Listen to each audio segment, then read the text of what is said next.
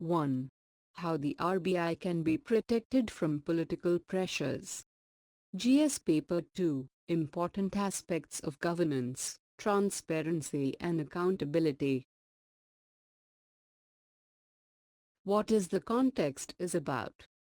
Since the Saturday announcement that Rajan is not seeking a renewal to his term as Reserve Bank of India governor has bordered on lunacy.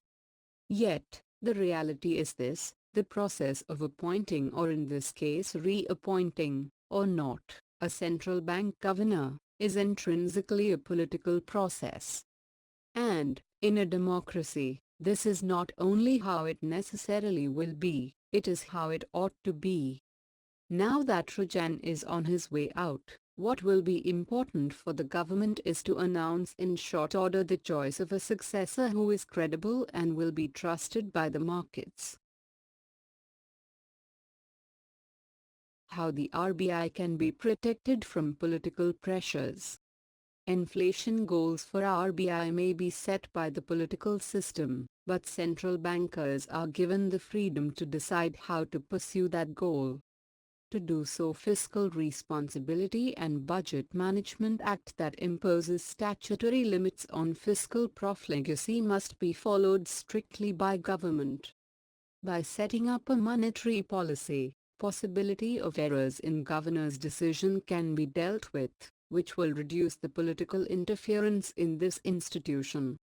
If the government representatives are appointed to operations management, they will act as interface to protect RBI affairs from political pressures. Publication of Monetary Policy Report once in 2 months will bring transparency and accountability in RBI operations, while it regularly informing the government regarding the steps taken and to be taken. RBI governor should have been given a complete 5-year tenure given the nature of its task.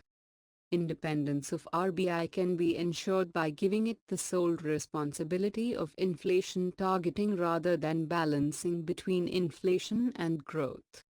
As there has been contradictions between monetary and fiscal policy as one hunger for controlling inflation and other hunger for growth, producing inflation. It would be unfair that fiscal policy framers choose monetary policy framers. 2. FSSAI bans carcinogenic additive potassium bromate in bread. GS Paper 2, Issues relating to development and management of social sector, services relating to health, education, human resources. Why is it in news recently? The Food Safety and Standards Authority of India on Monday banned use of potassium bromate as a food additive.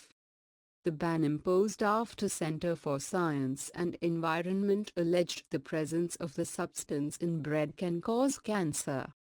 Meanwhile, the food regulator has also referred the matter for further investigation to a scientific panel.